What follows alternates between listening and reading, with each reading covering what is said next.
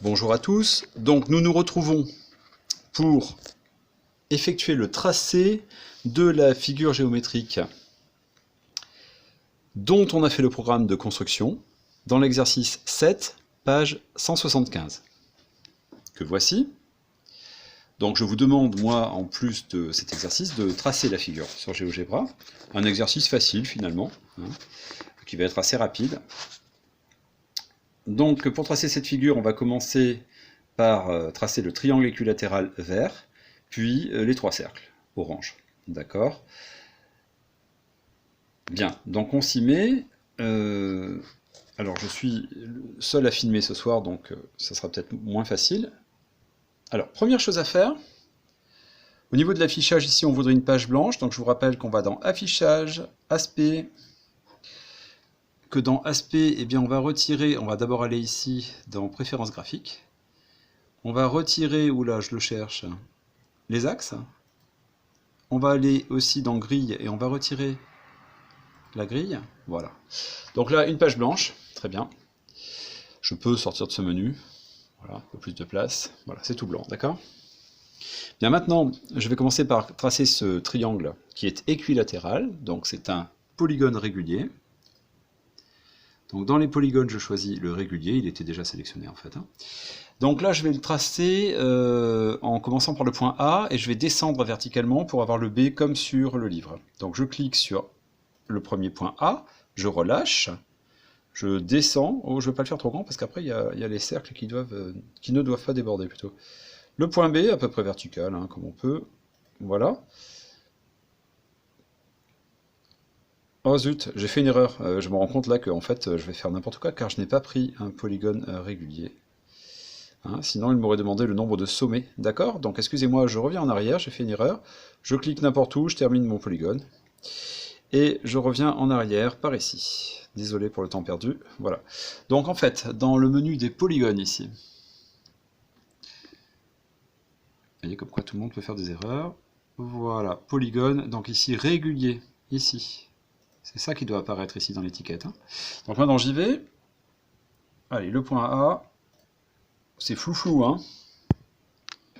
Voilà, ça va mieux. Le point A. Pas évident de tout faire à la fois. Le point B. Et là, il me dit combien de sommets, combien de points. Je vais lui dire 3, bien sûr, pour un triangle équilatéral. Le voici. Donc là, il apparaît dans la couleur qu'il a voulu. Donc je vais retirer d'abord l'étiquette. Donc je clique à droite. Afficher l'étiquette non, donc ça disparaît. Je clique à droite à nouveau, propriétés. Dans les propriétés, je voudrais qu'il soit vert. Alors on va lui prendre un vert un peu sympa. Voilà. On va retirer toute opacité, d'accord. Et je ferme le menu. Voilà, résultat, d'accord, le triangle vert. Ensuite, eh bien, pour tracer les cercles, on se rend compte que les cercles sont situés dont les centres des cercles sont situés au milieu des segments. Pourquoi? Bien parce que le cercle de centre D, par exemple, et passant par A, passe également par C. D'accord? AC est un diamètre de ce cercle. Comme AC est le diamètre du cercle, forcément, le point D se trouve au milieu de ce diamètre, et donc AD est un rayon, et DC est un rayon aussi. D'accord? Donc on va placer les points D, E, F, respectivement au milieu de AC, BC, BA. Donc je prends la fonction milieu dans les points là, ici, petit angle, voilà, et je prends la fonction milieu. Donc j'ai dit les milieux de tout, on va commencer par DEF, donc on commence par le milieu de AC. Alors donc entre là et là, il va faire le point D. Ensuite, entre B et C, donc je clique là et là, j'ai le point E. Et enfin, entre B et A, je clique là et là. Voilà, j'ai mes trois milieux, je n'ai plus qu'à placer les cercles. Donc les cercles seront orange, bon ça c'est pas trop compliqué, mais surtout donc on va les placer cercle de centre D et passant par A par exemple. Donc je vais choisir cercle ici, la fonction cercle avec un centre et un point de passage. Donc le centre D passant par A. Au passage, ça passe aussi par F et E, comme sur le livre. Le cercle de centre. Alors avant de passer à ça, je vais regarder la propriété de ce cercle. Je vais cliquer dessus à droite, retirer l'étiquette. Voilà. Cliquer dessus à droite à nouveau dans les propriétés, aller chercher la couleur orange. Voilà, tiens, on va faire un orange comme ça. Voilà, sans opacité. OK. Donc le voilà. Il vaut mieux ça parce que si vous sélectionnez, si vous faites les 3 cercles, après vous risquez de cliquer sur un cercle à la place de l'autre. Vous voyez, quand les 3 seront gris, et vous risquez de recommencer l'opération plusieurs fois. Donc ensuite le cercle, je suis toujours sélectionné. Ah non, je ne suis plus sur les cercles ici.